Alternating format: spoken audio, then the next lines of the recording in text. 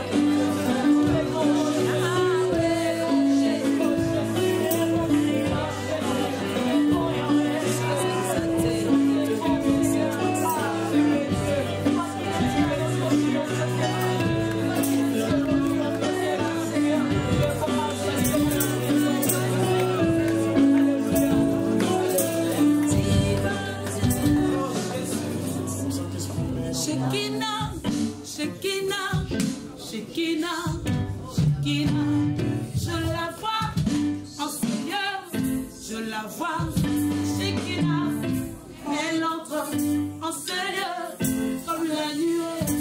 Seigneur, elle te touche, elle t'échange, elle te transforme. Shekinah, Shekinah, Shekinah, Shekinah, je la vois en ce lieu, je la vois. Shekinah, elle entre en ce lieu comme la nuée. Seigneur, elle te touche, elle t'échange, elle te transforme. Voilà, Shekinah, Shekinah, Shekinah, Shekinah, je la vois en ce lieu, je la vois. La Shekinah, elle entre en ce lieu comme la nuée. En ce lieu, elle te touche, elle t'échange, elle te transforme. Voilà, Shekinah, Shekinah, Shekinah, Shekinah, je la vois en ce lieu, je la vois. La Shekinah, elle entre en ce lieu comme la nuée. En ce lieu, elle te touche, elle te change, elle te transforme. Voilà, la différence d'expérience vient donc que par la Shekinah. Non pas de paroles et des discours, simplement par la Shekinah. Je la veux dans ma vie, dans ma famille. La Shekinah, dans mon église, dans mon ministère, dans mon travail. La Shekinah, oh oui, je la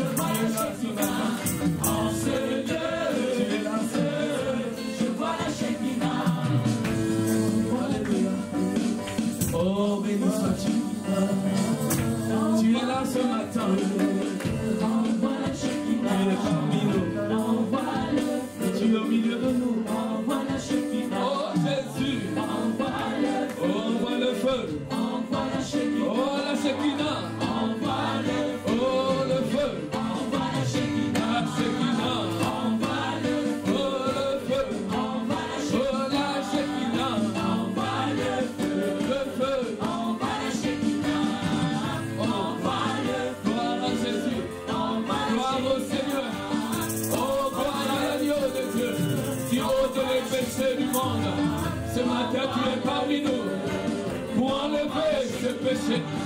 Tu es parmi nous, Seigneur. Oh Jésus, le Seigneur parfait, le Dieu de gloire. Alléluia. Nous acclamons le Seigneur. Oh, nous acclamons Jésus. Tu es le hôte de marque parmi nous. Tu es le Seigneur en Seigneur. Tu es Dieu au milieu de nous, Jésus. Oh, que toucher nos fléchis, cet esprit soit élevé au milieu de nous. Cet esprit qui est parmi nous. Alléluia. Gloire que soit rendue, Seigneur. Merci, notre Dieu. Merci pour ce moment que tu nous accordes, Seigneur. Seigneur, merci parce que chacun d'entre nous se présente dans ta maison, dans la situation qui est sienne. Certains viennent avec des liens, certains viennent avec des chaînes, certains viennent avec des fardeaux, certains viennent, Seigneur, ils ne voient plus parce qu'ils sont aveuglés spirituellement, d'autres sont rendus sourds spirituellement, d'autres ont un cœur incrédule, un cœur semblable aux pierres, mais nous croyons que ce matin, tu peux transformer ce cœur de pierre en cœur de chair. Nous croyons que ce matin, tu peux ouvrir les oreilles des sourds. Nous croyons que ce matin, tu peux ouvrir les yeux des aveugles. Nous croyons que ce matin, ceux qui sont dans les ténèbres peuvent, Seigneur, venir à la lumière. Nous croyons à la puissance du Saint-Esprit dans l'Église.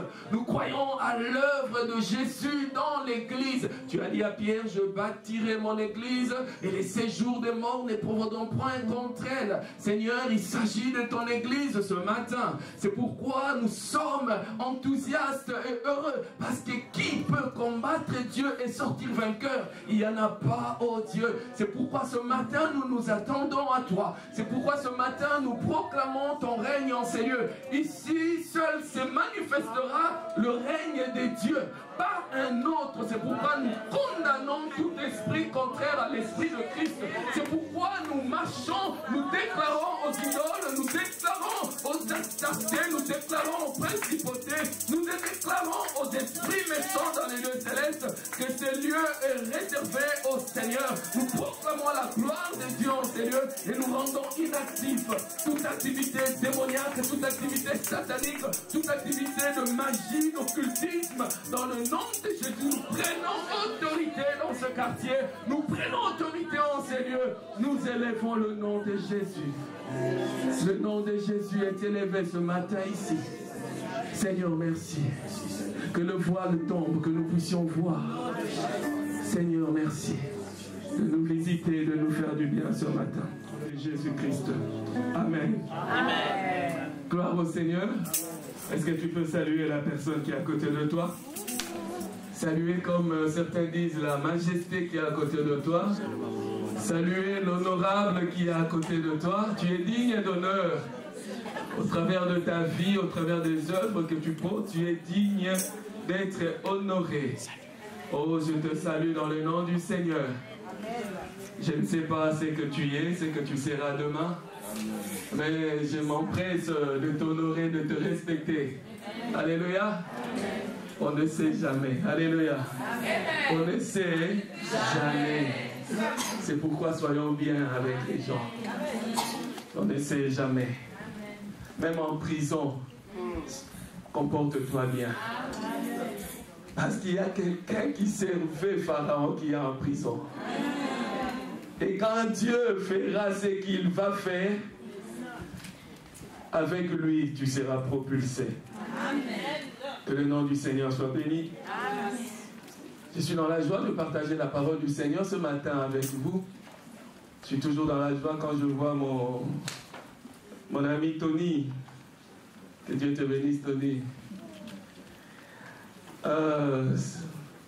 Alors, ça fait quelques semaines, en fait, où j'ai médité la parole du Seigneur. J'étais dans le livre de Corinthiens, au chapitre 1er, alors que je réfléchissais sur la grâce des dieux.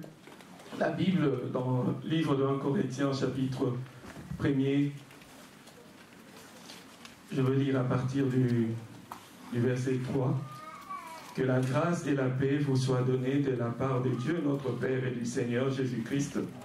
Je dis constamment, mon Dieu, toute ma reconnaissance à votre sujet pour la grâce de Dieu qui vous a été accordée en Jésus-Christ. En effet, en lui, vous avez été comblés de toutes les richesses. Et c'est ça qui m'intéresse, là où l'apôtre dit, en particulier en ce qui concerne la parole et la connaissance. Alléluia. L'apôtre reconnaît qu'il y a une grâce sur l'église de Corinthe en ce qui concerne la parole et la connaissance. La grâce de Dieu, c'est une faveur, comme le pasteur a expliqué ça plusieurs fois, c'est une faveur. Et ici, il s'agit d'une faveur particulière, une porte que Dieu ouvre pour les Corinthiens, particulièrement en ce qui concerne la parole et la connaissance. Vous savez la valeur que Jésus a attribuée à la parole de Dieu. Jésus a dit, mon peuple périt parce qu'il lui manque la connaissance. Et à partir de ce texte ici, mon esprit a été conduit à désirer, à chercher la connaissance. Et Dieu, dans sa grâce, a permis que le mois de septembre ici soit pour l'église de la Borne à Bruxelles un mois d'enseignement, un mois où nous allons, par la grâce de Dieu, partager la parole de Dieu, aller en profondeur dans les explications de la parole du Seigneur. Et je crois, bien aimé, comme je l'ai dit, il y a une porte qui est ouverte pour l'église présentement, ou parce que par où Dieu nous fait passer pour accéder à la connaissance. C'est une grâce, un temps d'enseignement que Dieu a voulu pour l'église, et je le crois. Alléluia. Et ce matin, je voudrais m'entretenir avec vous sur un thème que j'ai appelé la doctrine de Christ. Alléluia.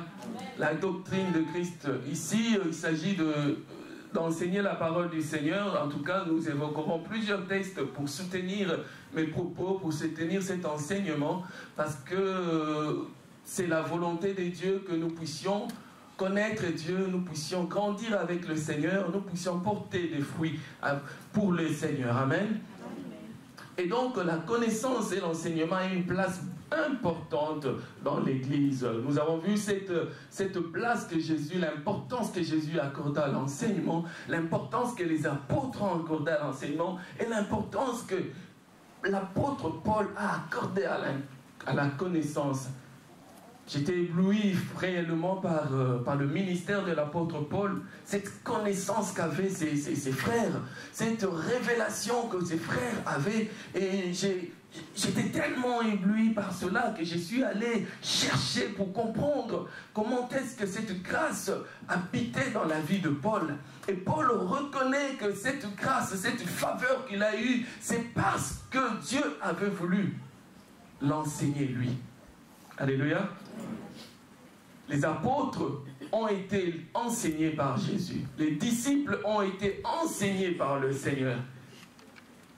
Mais la connaissance qu'avaient les disciples ne provenait pas seulement des enseignements du Seigneur Jésus-Christ, mais provenait aussi de l'œuvre du Saint-Esprit. Nous allons voir cela, bien-aimés. Mais en ce qui concerne l'apôtre Paul, qui n'a jamais vu Jésus, il a été enseigné d'une autre manière. Vous savez, la doctrine de l'Église, la doctrine de la foi chrétienne, elle est basée en grande partie sur les enseignements de Paul. Vous réalisez avec moi quelle était l'extrême connaissance que ses frères avaient. Ce matin, je voudrais vous parler de la doctrine de Christ. Par la doctrine de Christ, j'entends ici la somme des enseignements, des instructions et commandements, des promesses et prophéties du Seigneur Jésus-Christ pendant son ministère. L'ensemble des enseignements que Jésus a donnés, des instructions qu'il a données, des commandements qu'il a donnés, des promesses qu'il a données et des prophéties qu'il a données. Il a donné ça aux disciples. La doctrine de Christ peut aussi être appelée la parole de Christ. Et cette expression de la parole de Christ ou la doctrine de Christ, nous la retrouvons dans le livre de Romains chapitre 10, verset 17. Romains chapitre 10, verset 17.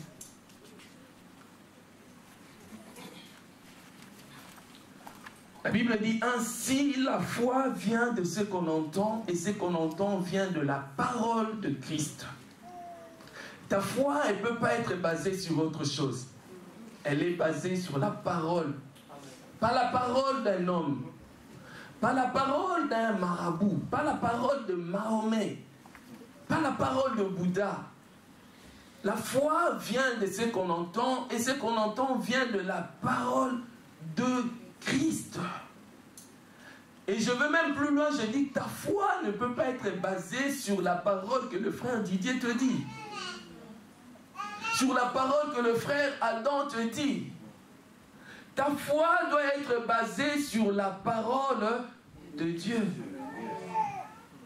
Dans Hébreux chapitre 6, verset 1, la Bible dit, Hébreux chapitre 6, verset 1, ici c'est simplement pour reprendre, pour mettre en exergue la notion de la doctrine de Christ ou la parole de Christ. Hébreux chapitre 6, verset 1, il est dit, c'est pourquoi laissons les éléments de la... C'est pourquoi laissons les éléments de la parole de Christ tendant à ce qui est parfait. Ici, il est encore question de la parole de Christ.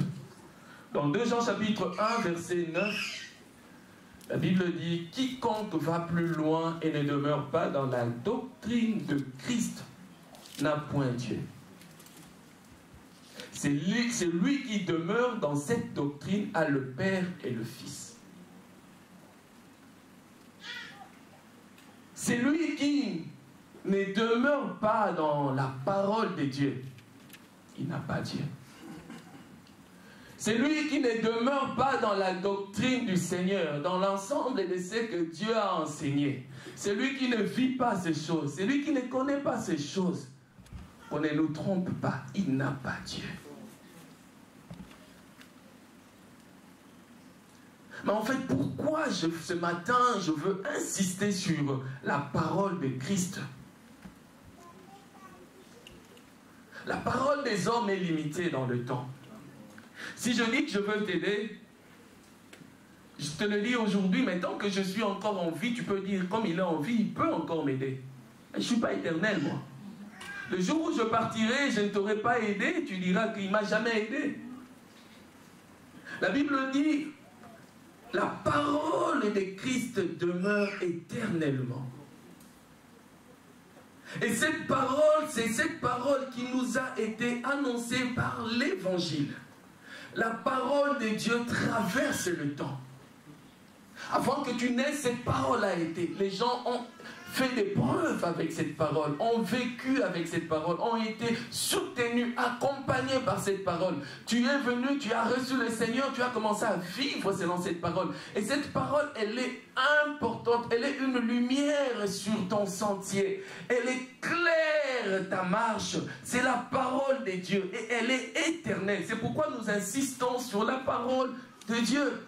Cette parole en elle-même est esprit et vie. Christ dit, ma parole est esprit et vie. Qu'est-ce que cela veut dire? J'étais en train de réfléchir par rapport à cela. Je me dis, vous savez, la parole de Dieu en elle-même suffit. On peut la lire, simplement en train de la lire, et tu reçois un miracle. On peut simplement en train de lire cette parole, et tu es guéri de ta maladie. Pourquoi? Parce que cette parole est esprit et vie. Les gens parlent, les philosophes, les politiciens, les gens parlent, mais leur parole n'a pas de vie.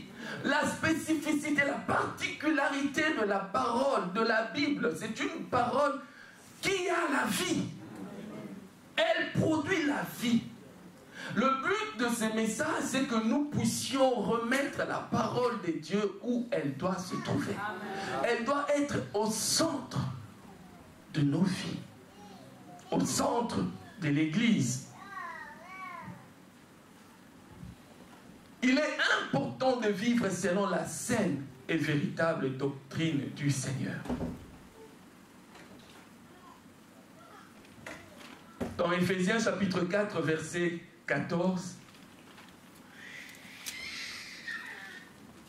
dans Éphésiens chapitre 4, verset 14, il est écrit: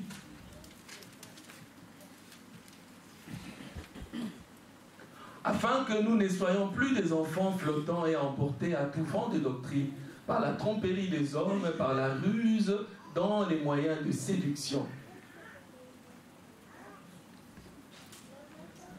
Voilà une des raisons pour lesquelles nous devons connaître la parole de Dieu.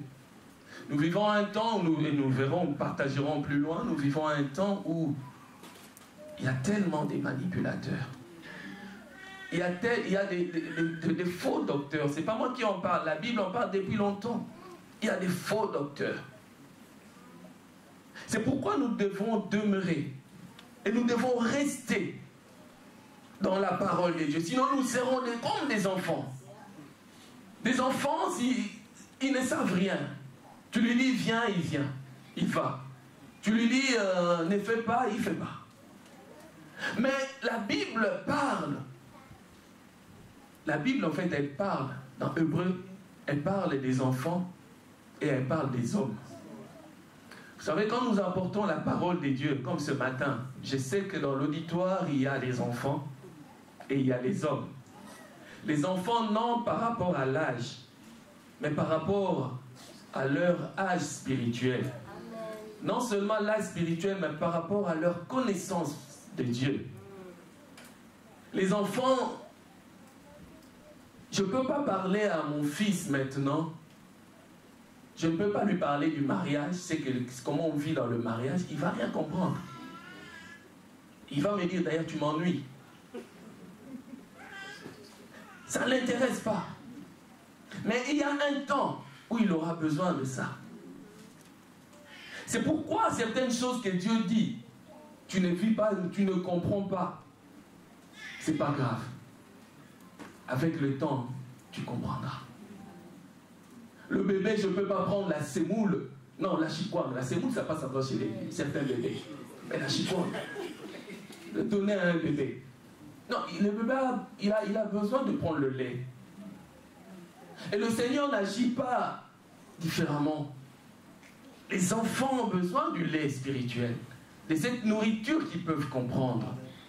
On doit commencer tout doucement à bâtir leur vie. Mais les hommes ont droit à autre chose. Ils peuvent comprendre les révélations de Dieu. Ils peuvent comprendre beaucoup de choses avec le Seigneur. Pour remédier au manque de connaissances, c'est pourquoi Dieu a établi les enseignants. Selon Éphésiens chapitre 4, versets 11 à 15. Dieu a établi les enseignants dans l'Église. Vous savez, Jésus, quand il a dit tout est accompli, il savait qu'après lui, le travail allait être fait. Seigneur, je prie ce matin que ton onction repose sur moi. Afin que, Seigneur, ce que nous enseignons soit réellement saisi et compris. Parce que l'Église en a besoin. Dieu a établi les enseignants dans l'Église. Mais il y a deux questions qui se posent. Qu'est-ce que les enseignants enseignent?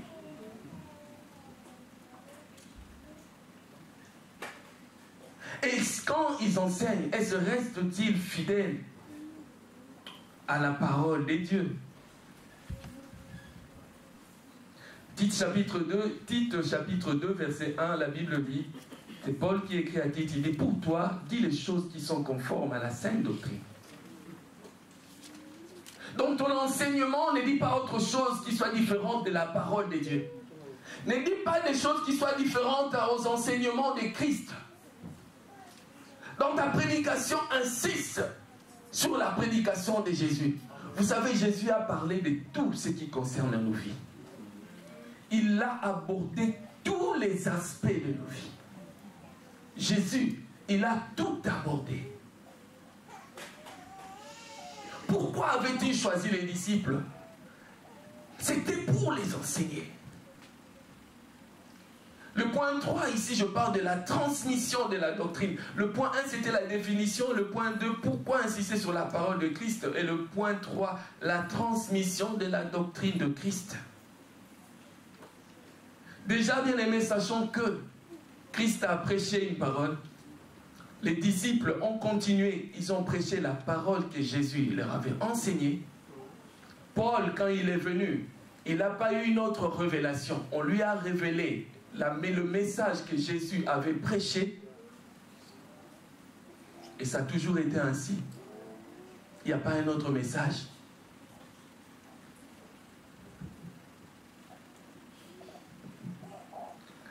Les apôtres ont reçu la doctrine de Christ, l'ensemble des enseignements de Christ par le moyen de l'enseignement.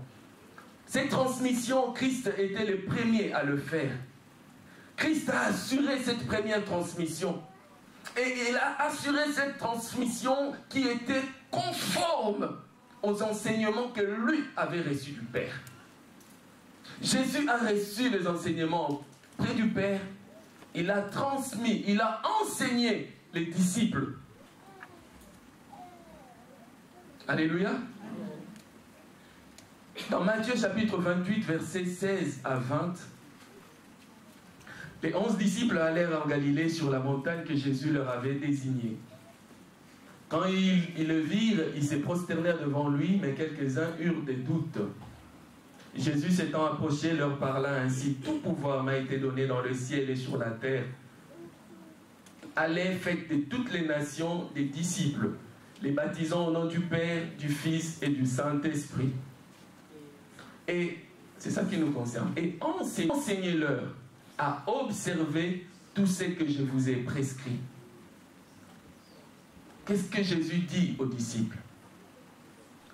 Allez enseigner aux gens ce que moi je vous ai enseigné. Ne rajoutez rien, n'enlevez rien. Ce que moi je vous ai enseigné, enseignez-leur cela.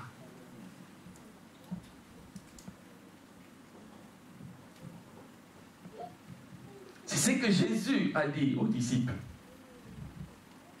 Dans Actes, chapitre 1er, verset 2,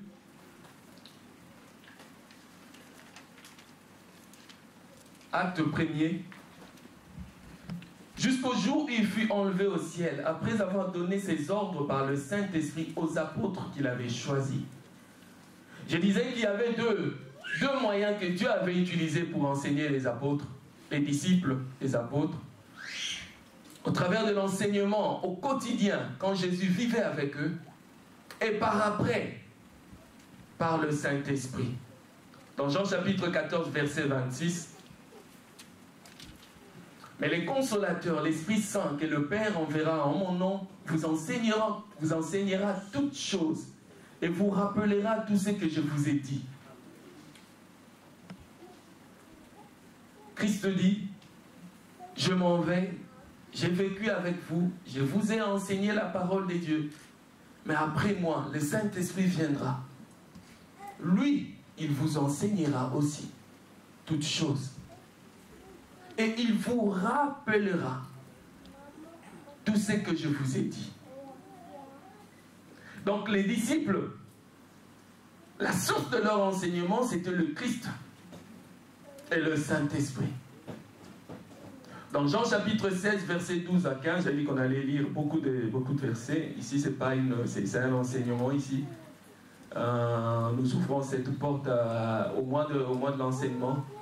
Et je pense que c'est important pour avoir une église bien assise dans la foi, qu'il est important que nous puissions enseigner la parole de Dieu selon la grâce qui repose sur chacun d'entre nous. Jean 16. J'ai encore beaucoup de choses à vous dire, mais vous ne pouvez pas les porter maintenant. Quand le Consolateur sera venu, l'Esprit de vérité, il vous conduira dans toute la vérité. Car il ne parlera pas de lui-même, mais il dira tout ce qu'il aura entendu et vous annoncera les choses à venir. Il me glorifiera parce qu'il prendra de ce qui est à moi et vous l'annoncera. Tout ce que le Père a est à moi. C'est pourquoi j'ai dit qu'il prend de ce qui est à moi et qu'il vous l'annoncera. Donc Jésus est en train de dire aux disciples, j'ai fait ma part, j'ai peut-être pas fini, mais l'Esprit du Seigneur, l'Esprit de Dieu qui viendra, vous annoncera aussi. Alors la question que je nous pose ce matin, est-ce que le Saint-Esprit, au travers de ces textes que nous venons de lire, révèle-t-il autre chose? Est-ce qu'il y a des nouvelles révélations de la part du Saint-Esprit?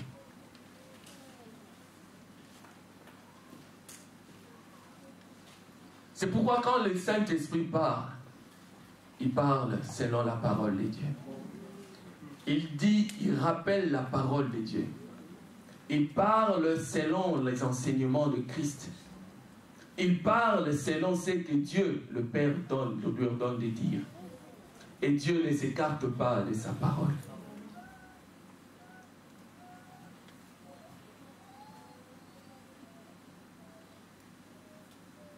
Il n'y a pas d'autre chose que Christ a oublié de révéler aux apôtres. Il a tout confié aux apôtres. Il leur a chargé de transmettre ce que lui leur avait enseigné. Il n'y a pas de nouvel évangile qui n'aurait pas été connu des apôtres du Seigneur. Il n'y a pas un nouvel évangile. Il n'y a pas un autre fils de Dieu que Dieu avait oublié de révéler au monde qui va venir, qui va dire que je suis moi. Il n'y en a pas. Si tu crois que la parole de Dieu est la véritable parole de Dieu, contente-toi de ce qui est écrit dans la parole. Amen. Il n'y a pas un autre évangile. L'apôtre Paul écrit ceci dans Galates chapitre 1, versets 7 à 9. Dans Galates chapitre 1, versets 7 à 9. Non, il faut que nous soyons établis et assis. Non, tu ne peux pas venir me raconter n'importe quoi. Non, je suis pas un enfant, tu ne peux pas me raconter n'importe quoi.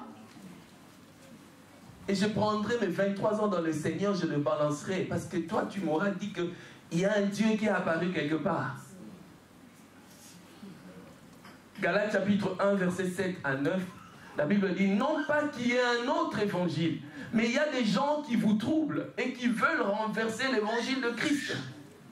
Mais quand nous-mêmes, quand un ange du ciel annoncerait un autre évangile que celui que nous avons prêché, qu'il soit anathème. Quand quelqu'un d'autre viendrait annoncer un autre évangile que l'évangile des dieux, ne le crois pas. Même quand il descendrait du ciel,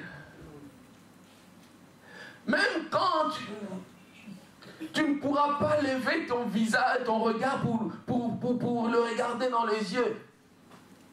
Parce qu'il va tellement t'éblouir.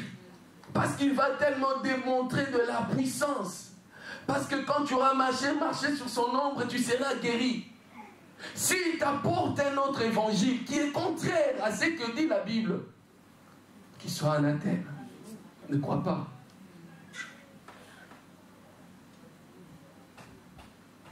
Je vous l'ai dit parce qu'il y a des gens qui s'élèvent et beaucoup s'élèveront encore.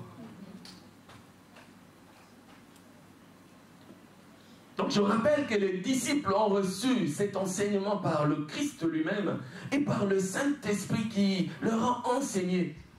Et le deuxième moyen que Dieu a utilisé, en tout cas au travers d'un homme qui est appelé Paul. Vous connaissez l'histoire du frère Paul, c'est lui qui s'attaquait, il s'attaquait aux chrétiens qui en tout cas les menaient à la vie dure. C'est Paul que Dieu a choisi, qu'il a établi comme l'apôtre des païens. Dans 1 Corinthiens 11, 23,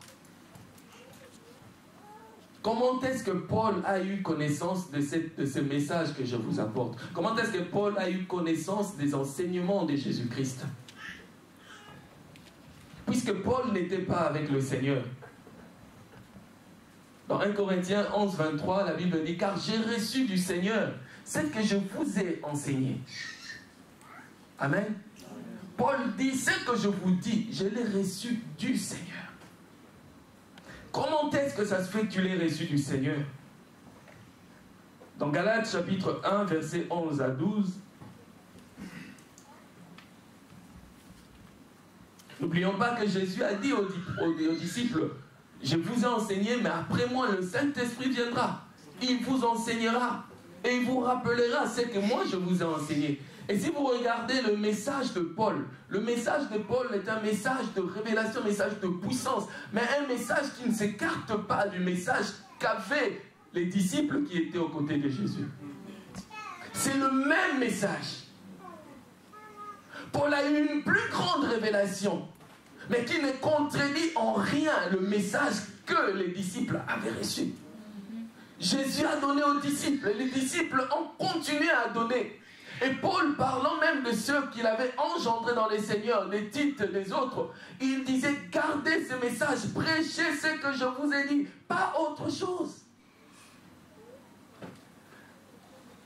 Et la question que je me pose aussi, aujourd'hui, l'état de l'Église, pourquoi est-ce que l'Église n'est pas si glorieuse comme la première Église, après l'enlèvement du Seigneur? Mais parce que aussi, à mon avis, à mon humble avis seulement, je crois parce que nous nous sommes tellement écartés du message principal.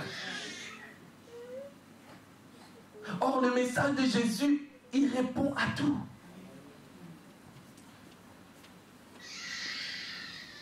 Je vous déclare, frère, que l'évangile qui a été annoncé par moi n'est pas de l'homme.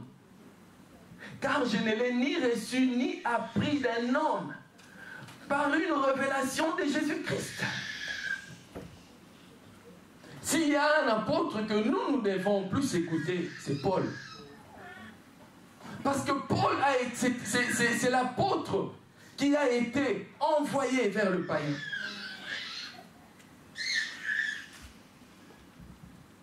Et Paul ici est en train de justifier son ministère. Il dit non, je sais que je vous dis, ce n'est pas dans les synagogues que je l'ai appris. Ce que je vous dis, ce n'est pas une invention de moi-même. C'est le Seigneur qui me l'a expliqué. C'est le Seigneur qui me l'a révélé.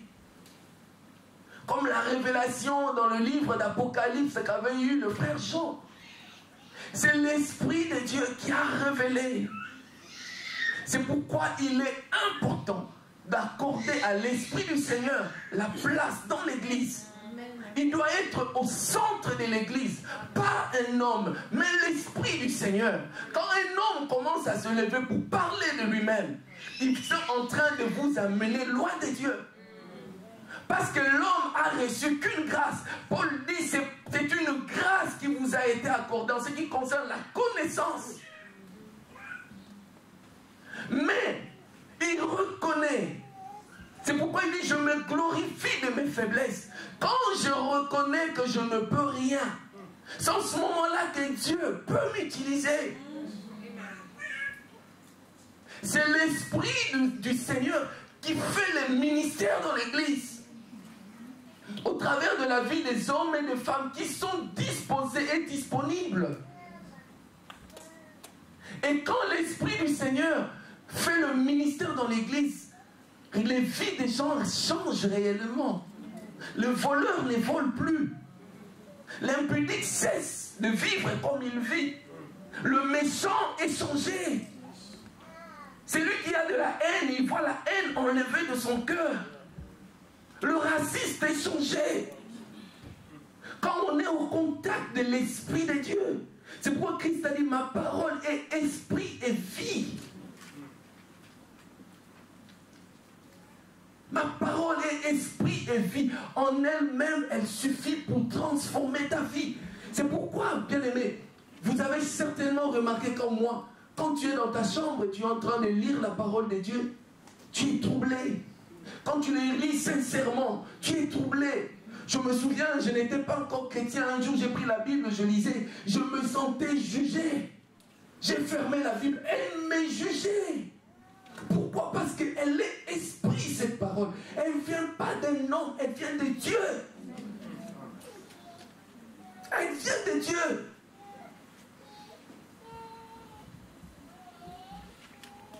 La parole de Dieu, la Bible, même l'Ancien Testament, c'est la parole de Dieu. Dans Luc 24, 25 à 26. Dans Luc 24, 25 à 26.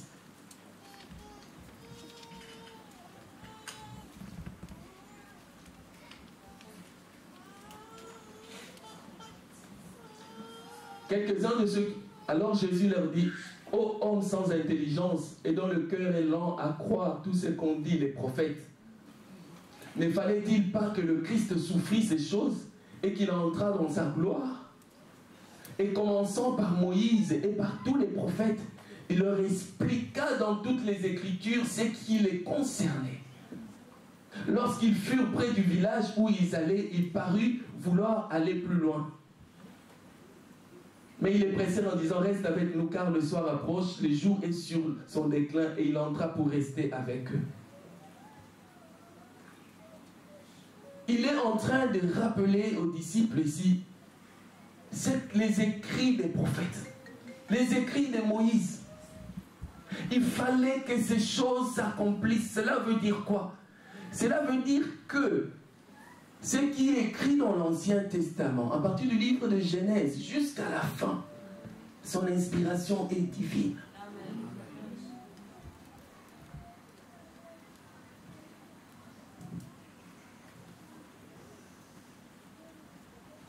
C'est ce que ça veut dire.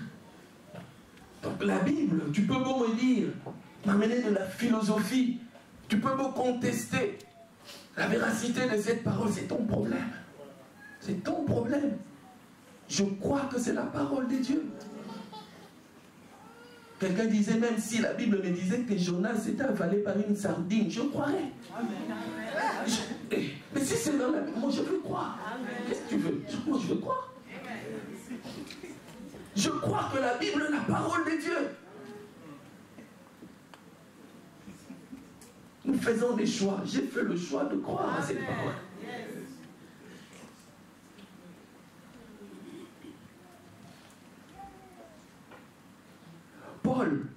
Paul insiste, bien aimé. Ce matin, je veux insister. Nous devons veiller à la pureté de la parole. N'ajoutons rien. Christ a reproché aux pharisiens. Qu'est-ce que Christ a reproché aux pharisiens? Parce qu'ils ajoutaient à la parole de Dieu des traditions, des choses difficiles. Mais ce n'est pas ce que Dieu demandait. Aujourd'hui, on nous dit qu'il faut moderniser la Bible. Il faut l'actualiser. Ça ne correspond plus aux valeurs du temps présent. Allez l'actualiser vous-même. Moi, je reste là-dedans.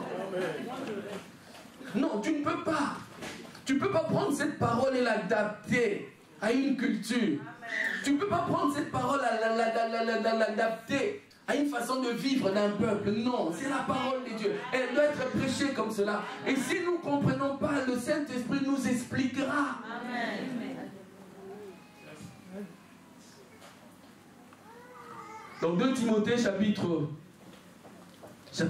2 verset 2, Paul est en train d'insister à la pureté de cette parole. 2 Timothée chapitre 2 verset 2.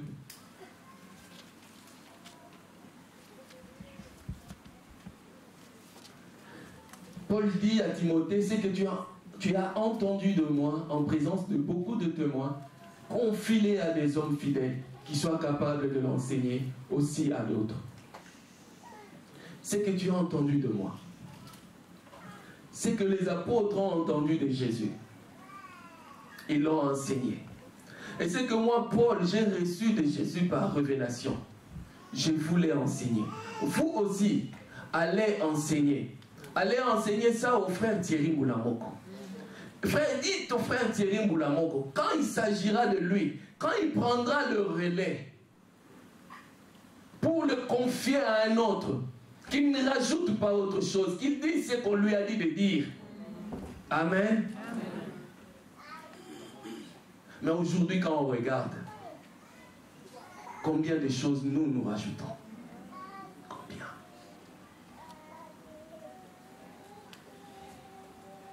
Donc, Tite chapitre 1, verset 7. Tite chapitre 1er, verset 7. Car il faut que l'évêque soit irréprochable, comme économe de Dieu, qui ne soit ni arrogant, ni colère, ni à donner au vin, ni violent, ni porté à un gain déshonnête, mais qu'il soit hospitalier, ami des gens de bien, modéré, juste, saint, tempérant, attaché à la vraie parole, telle qu'elle a été enseignée, afin d'être capable d'exhorter selon la saine doctrine, selon la doctrine de Christ, et de réfuter les contradicteurs. Il faut que ceux qui enseignent l'évangile le fassent comme il se doit. Il ne faut pas qu'ils s'écartent de la pensée de Jésus. Il ne faut pas qu'ils rajoutent les choses qui leur plaisent. Il faut qu'ils disent ce que Jésus a dit de dire. Il faut qu'ils enseignent ce que Christ a dit de dire. Christ a enseigné sur la repentance. Christ a enseigné sur la foi. Christ a enseigné sur les relations. Christ a enseigné sur le mariage. Christ a enseigné sur le pardon. Christ a enseigné sur le miracle. Christ a enseigné à parler du royaume qui va venir. Christ a parlé de la miséricorde. Christ a parlé de la pureté du cœur. Christ a parlé de la bénédiction. Christ a parlé du rachat. Christ a parlé de la délivrance. Christ a parlé de tout. Pourquoi nous rajoutons? Pourquoi?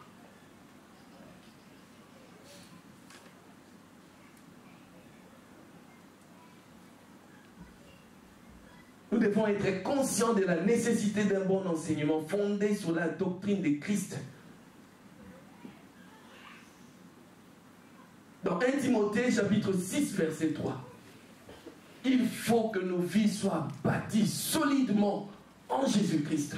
Nous devons lire, comprendre cette parole. Vous savez, quand tu te mets, tu prends la Bible et tu commences à la lire, par ton intelligence tu lis, tu ne comprends pas. La Bible dit, alors que Jésus marchait à côté de ses disciples et il leur parlait, ils ne comprenaient pas. La Bible dit, il leur ouvrit l'esprit et ils se sont rappelés, ils ont tout de suite compris. Et quand vous serez en train de lire la Bible, sans peut-être la comprendre, mais le Saint-Esprit viendra, il va vous ouvrir l'esprit et vous allez commencer à comprendre la parole de Dieu. Cette parole qui est un véritable trésor.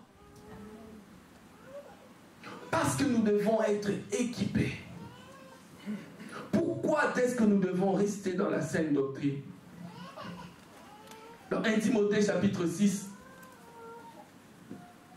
1 Timothée chapitre 6, verset 3.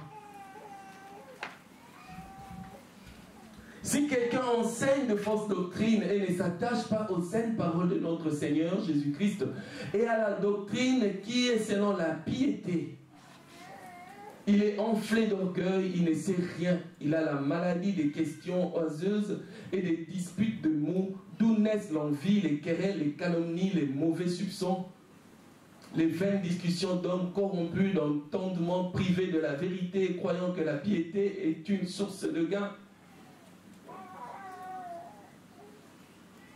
Il faut que nous demeurons dans la saine doctrine.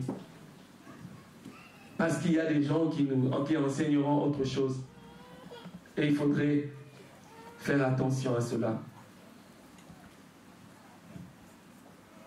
Dans 1 Timothée chapitre 1er verset 8 en 11, nous n'ignorons pas que la loi est bonne pourvu qu'on en fasse un usage légitime, sachant bien que la loi n'est pas faite pour les justes, mais pour les méchants et les rebelles, les impies et les pécheurs, les irréligieux et les profanes, les parricides, les meurtriers, les impudiques, les infâmes, les voleurs d'hommes, les menteurs, les parjures et tout ce qui est contraire à la saine doctrine.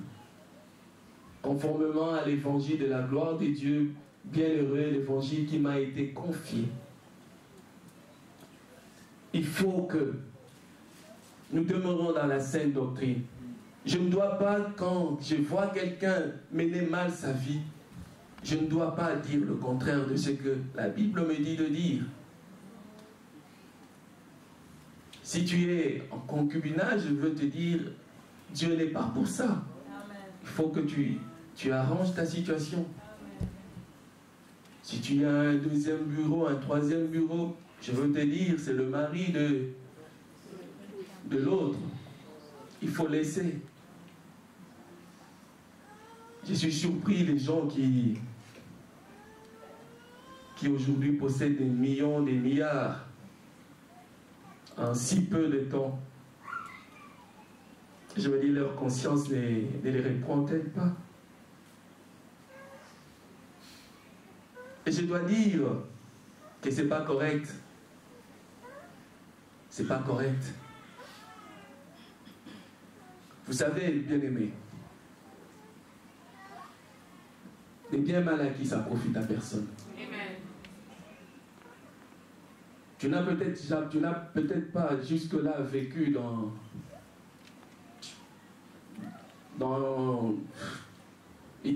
tu as toujours eu à manquer des choses. Et une opportunité se présente à toi et tu vois que ta vie va complètement changer. Tu pourras posséder tout ce que tu désires. Tu pourras avoir tout ce que ton cœur te dira d'avoir. Mais quelle est la source de cette gain que tu veux avoir? Quelle est sa source? Vous savez, l'homme, pour le plus fort, le plus robuste, c'est peut-être 100 ans, 190 ou 100 ans. Mais après cela, il y a l'éternité. La Bible dit, dans la saine doctrine, il est dit, il est réservé aux hommes de mourir une fois. Après quoi vient le jugement? Un jour, nous serons devant Dieu. Mais si j'ai vécu ici pour paraître, si j'ai vécu de manière malhonnête, si dans ma maison il y a tellement de sang des innocents, j'ai tellement fait du mal, j'ai tué, j'ai volé, alors que j'ai mérité, une personne méritait sa promotion, à la place vous avez mis quelqu'un d'autre parce que tu n'aimais pas sa couleur de peau, tu n'aimais pas ses origines. Alors que tu as privé quelqu'un de quelque chose qu'il méritait. Rien ne restera impuni, vous savez. Rien. Rien. Alors aujourd'hui, repens-toi.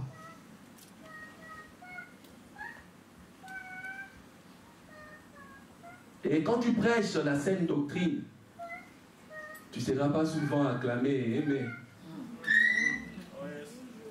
Vous savez, tous les prophètes de Dieu, là, les disciples qui ont marché avec Jésus, et ceux qui sont arrivés par après, si on vous dit de quelle manière ces gens ont fini leur vie, comme on dit chez nous au Boboya,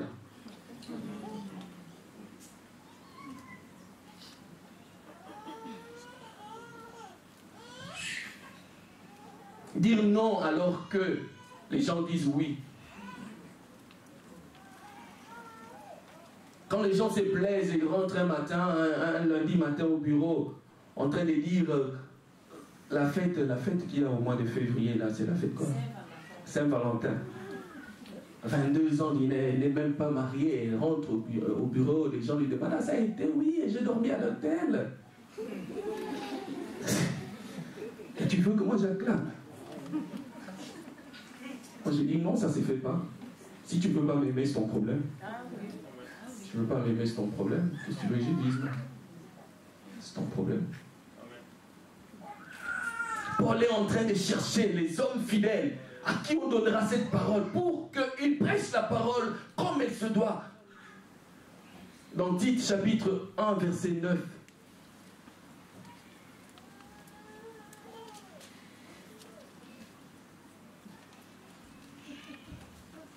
Mais je sais que c'est pour ton salut. Amen. Si je le fais, je sais que c'est pour toi. C'est pour ton bien. C'est pour mon bien. Attaché à la vraie parole telle qu'elle a été enseignée, afin d'être capable d'exhorter selon la saine doctrine et de réfuter les contradicteurs. Il faut rester attaché à la saine doctrine. Ce que je prêche, je dois m'efforcer de vivre ces choses. Parce que sinon, je serai pris pour un menteur. Vous savez, bien-aimé, quand ces choses, quand tu les connais, ça sera pour toi comme un miroir. Vous savez, il y a ces images que je vois à la télé ou bien je vois sur Internet. Quand je veux regarder quelque chose, on me dit, non, toi, tu ne peux pas regarder. Tu te dis, mais le Seigneur, c'est rien. Il dit, non, toi, tu ne peux pas regarder. Pourquoi tu ne peux pas regarder? Parce que la sainte doctrine m'a été confiée. Il faut que je sois propre pour annoncer l'évangile de Dieu, pour annoncer le message de Jésus-Christ. Alors c'est dur. Alors c'est dur. C'est pourquoi on dit, il y a un prix à payer, frère. Il y a un prix à payer. Dernièrement, un week-end, on était à la maison, on s'est dit, on va sortir un peu, on va aller à Bruxelles-le-Bain. On n'a jamais été, on va aller à Bruxelles-le-Bain. Tout enthousiaste, on y va, on arrive. J'ai fait un tour, un demi-tour, j'ai dit à mes enfants, non. C'est pas ma place ici, on doit partir. Mais je ne me suis pas senti à l'aise. Je ne suis pas à l'aise, pourquoi veux-tu que je demeure là? Je n'étais pas à l'aise avec ce que je voyais. Il y a un prix à payer, frère. La chair veut, mais l'esprit dit non. Ah oui. Dans Tite, chapitre 2, verset 1er. Et tout ça, frère, c'est en Europe. Hein? C'est en Europe. Pourquoi je dis ça? Parce que quand nous étions en Afrique, on disait que non, ils ont la foi parce qu'ici c'est très compliqué. Alors ils doivent croire en Dieu. Ils doivent s'attacher à Dieu parce que c'est très compliqué. Mais ça fait 22 ans que je suis ici. Non, 23. Je suis toujours dans la foi, frère. Je suis toujours dans la foi. Gay Pride, je ne veux jamais. Non, je vais faire quoi? Je ne me compromets pas. Le Gay Pride, maman Denise, tu ne connais pas? Même aux infos, on en parle. Non, c'est un choix. Ici, je parle aux jeunes qui sont dans la salle. Le monde va te dire, profite de ta jeunesse. Tu es jeune, vis parce que tu es jeune, profite de ta jeunesse. Fais des choses parce que tu es jeune. Mais je te dis, il y en a qui sont morts aussi jeunes. Il y en a qui sont partis à ton âge. Mais si tu te gardes,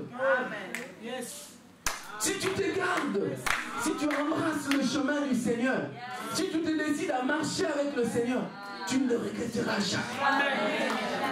Jamais. Dans cette Europe où il y a tellement la liberté, il est interdit d'interdire. Les gens sont totalement libres. Mais la parole de Dieu vient mettre des limites. Mais qui va accepter des limites puisque tu es tellement habitué à la liberté? Mais la parole de Dieu vient te mettre des limites. Tout m'est permis, mais tout n'est pas utile. Et je me laisserai servir par quoi que ce soit.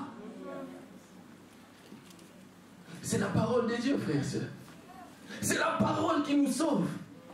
La Bible dit, si les justes se sauvent avec peine. Mais je croyais que quand j'ai reçu Jésus, c'est tout. Mais si les justes se sauvent avec peine.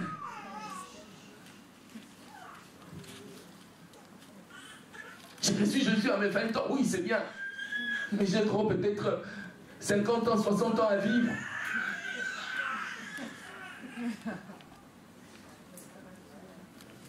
Ça sera peut-être difficile. Mais il sera là avec toi. Il sera là avec toi. Dans Tite, chapitre 2, verset 10. Puis je vais faire la conclusion, on va terminer. Tite 2, verset 10. À ne rien dérober, mais à montrer toujours une parfaite fidélité afin de faire honorer en tout la doctrine de Dieu, notre Sauveur. Dans ta vie, tu dois honorer Dieu. Comment honore-t-on Dieu? En menant une vie conforme à sa sainte doctrine. Amen.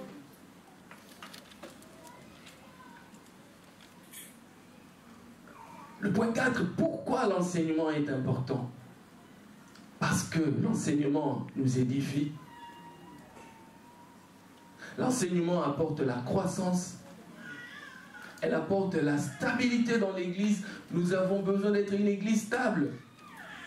Tu ne peux pas abandonner ton église parce que tu as entendu que dans l'autre église, il y a des miracles.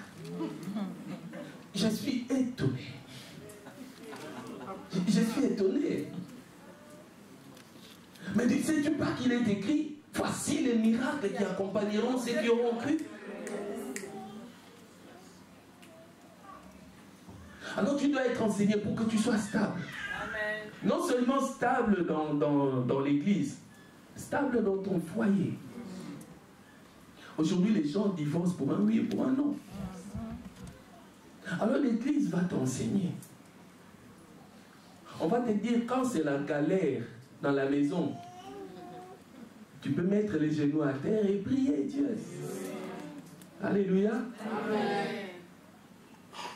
Quand les enfants n'obéissent plus, Dieu peut les ramener à toi. Et quand toi, la femme, tu travailles, l'homme ne travaille pas. Ça sera aussi un des sous-thèmes que nous allons aborder au ministère des couples. Vous êtes les bienvenus.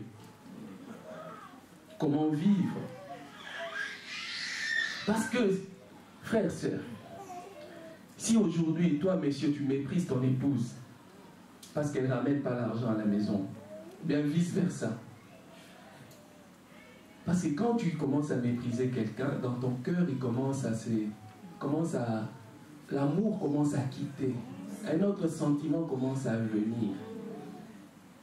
Et quand Dieu va visiter ton épouse, quand Dieu va visiter cet homme que tu méprises parce qu'il ne travaille pas, mais tu voudras revenir, mais l'amour aura déjà foutu le camp. Amen. Amen.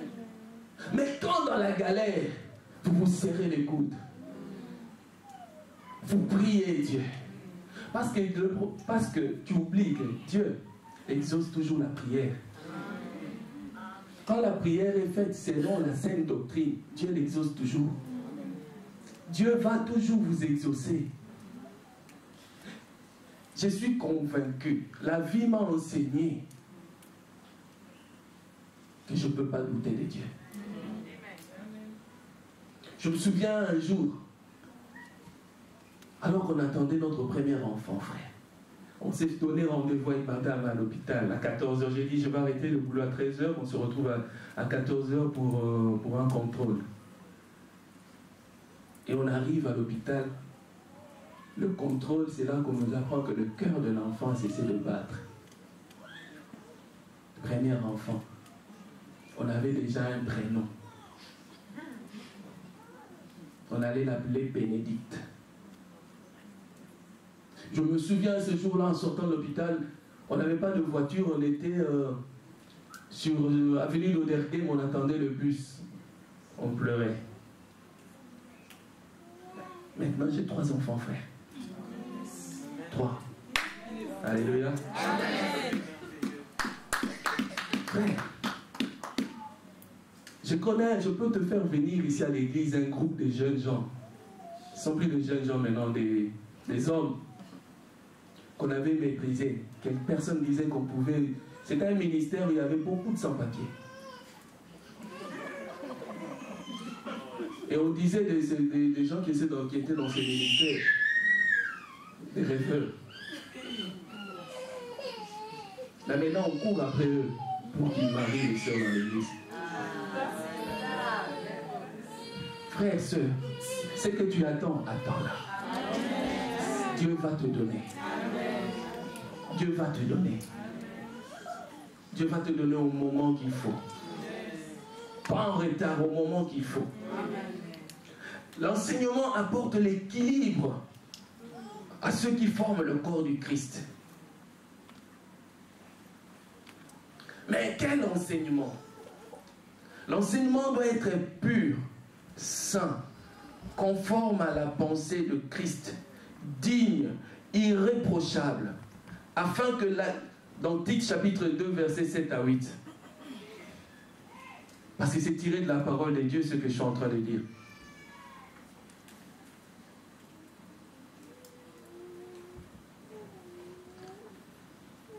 Te montrant toi-même à tous égards un modèle de bonnes œuvres. Ici, il s'agit de l'enseignant. Aujourd'hui, vous vous laissez enseigner par n'importe qui. Sa vie est en désordre, mais tu vas l'écouter. En te montrant toi-même à tous. Moi, si ma vie n'est pas correcte, je ne vais pas prêcher. Je vais dire non. Frère, tu vas prêcher. Je vais dire non. Non, t'es un raté. Je vais dire non.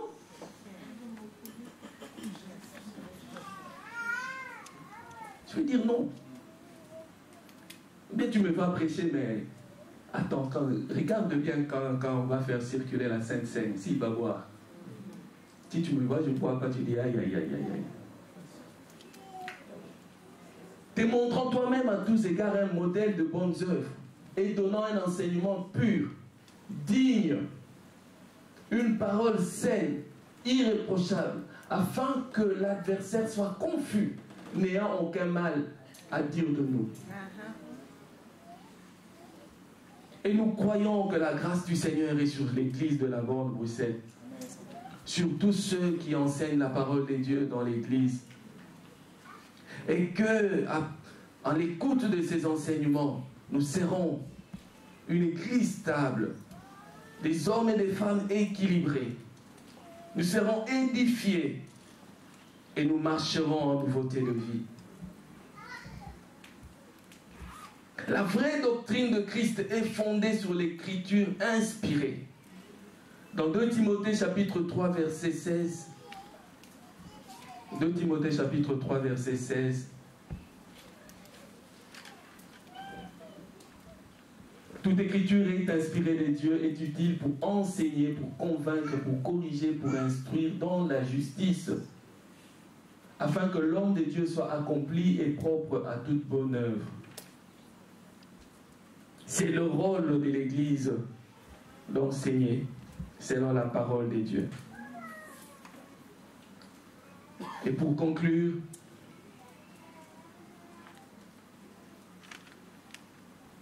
dans 2 Jean chapitre 1 verset 9, quiconque va plus loin et ne demeure pas dans la doctrine de Christ n'a point Dieu. Celui qui demeure dans cette doctrine a le Père et le Fils. C'est cela ma conclusion, bien-aimés. Si nous demeurons dans cette parole, nous avons le Fils. C'est parce que l'enseignement uniquement fondé sur la parole de Christ est négligé, sujet à des interprétations personnelles et erronées ou mélangé à toutes sortes de conceptions humaines, des traditions, des coutumes. La conséquence, comme je disais au début, c'est que nous sommes flottants, facilement manipulables.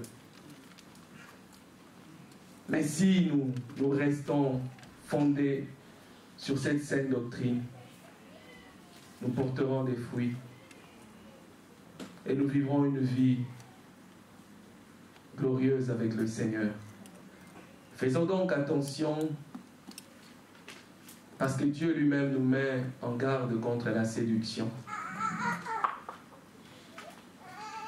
Nous allons prier.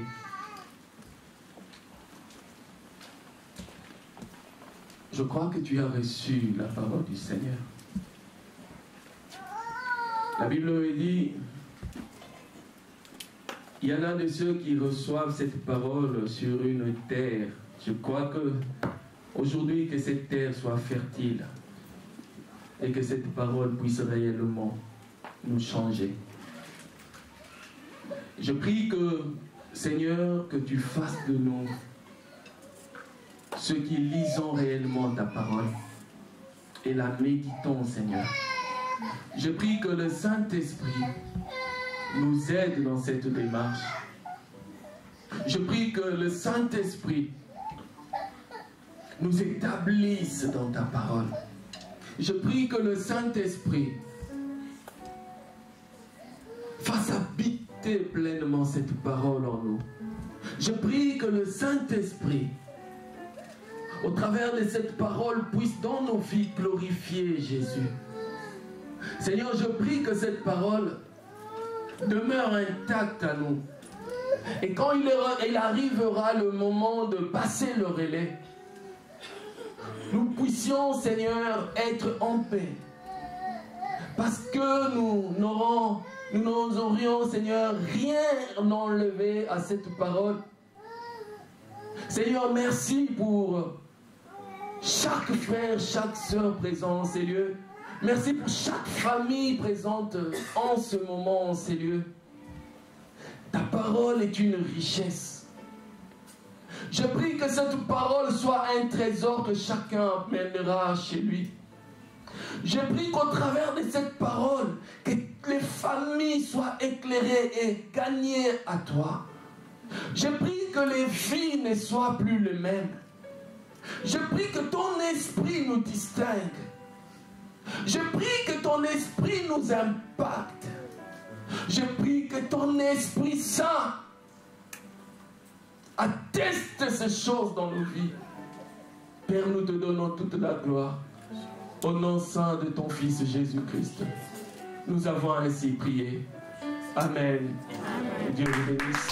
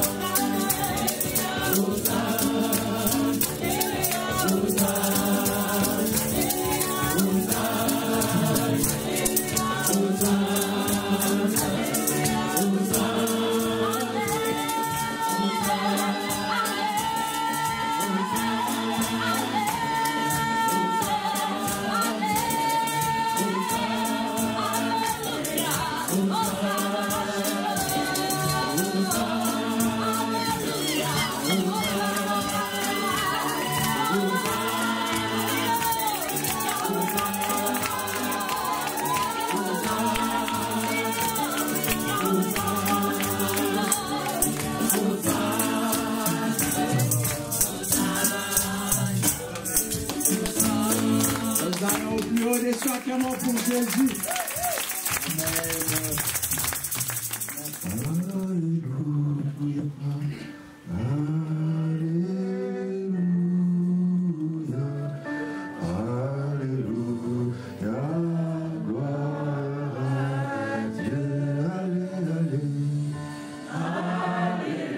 Alléluia.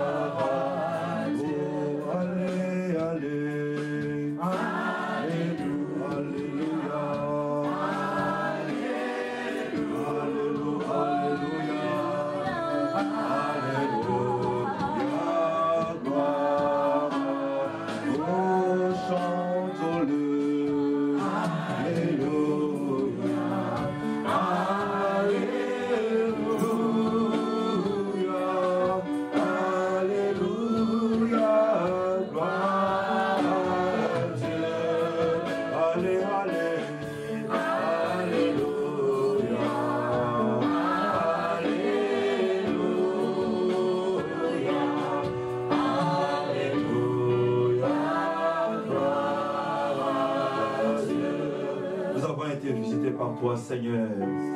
Nous avons été dans ta présence, ô Dieu, et nous avons senti combien est douce ta présence, ô Seigneur. Tu nous as fait du bien, ô Dieu, et tu continues à nous faire du bien, Seigneur. Nous croyons à cette parole qui dit que personne ne peut entrer dans ta présence et en ressortir le même. Nous savons et nous sentons que nous avons été impactés par ta présence combien glorieuse et merveilleuse. Merci pour le bien que tu nous as fait dans ta présence, ô Dieu. Merci pour ce temps des offrandes que tu as bénies, que tu as agréées. Merci pour notre temps de louange que tu as accepté. Merci pour nos danses et nos chants que tu as acceptés dans ta présence, Seigneur. Et merci pour cette bonne parole, Seigneur. Cette bonne parole qui nous encourage à rester attachés à la saine doctrine, ô éternel Père. Nous ne voulons pas nous borner à l'écouter, à l'entendre, mais nous voulons aussi être de ceux qui pratiquent ta parole, qui aiment la méditation de ta parole, qui sont attachés à cette parole, oui, en la vérité, et qui la vivent dans leur vie au quotidien, Seigneur. Merci pour ce temps de rafraîchissement, éternel Dieu de gloire. Merci parce que tu vas visiter toutes les familles ici représentées, oh Dieu. Merci pour la paix que tu mets dans nos cœurs, oh éternel Dieu de gloire. Nous prions pour notre pasteur Joseph Kinshasa, oh Dieu. Nous croyons que tu vas le ramener en ces lieux, en pleine forme et en bonne santé. Et nous ne manquerons pas de t'honorer encore et de te célébrer, Seigneur. Que cette semaine qui commence soit une semaine de paix et de grâce et de bonheur qui doit nous accompagner, Seigneur. Que cette semaine qui commence soit une semaine de distinction, oh Dieu. Que cette semaine qui commence soit une semaine de contact et de communion permanente avec toi, Seigneur. Saint-Esprit, sois avec nous durant la semaine. Ceux qui iront travailler, sois avec eux. Ceux qui iront aux études, qui vont reprendre les études et cours, sois avec eux. Ceux qui resteront à la maison pour d'autres activités, Seigneur, distingue-le, impacte-le, Seigneur, par ta présence, oh Dieu. Que l'amour du Père soit avec nous, Seigneur. Oui, que la grâce du Fils soit avec nous et que les communications du Saint-Esprit soient notre partage. Nous avons ainsi prié et nous disons gloire et louange à toi, Seigneur Jésus. Gloire et louange à toi, Seigneur Jésus. Amen. Et nous acclamons le Seigneur. Bonjour à tout le monde, bon dimanche à tout le monde. Ne pars pas sans avoir salué quelqu'un.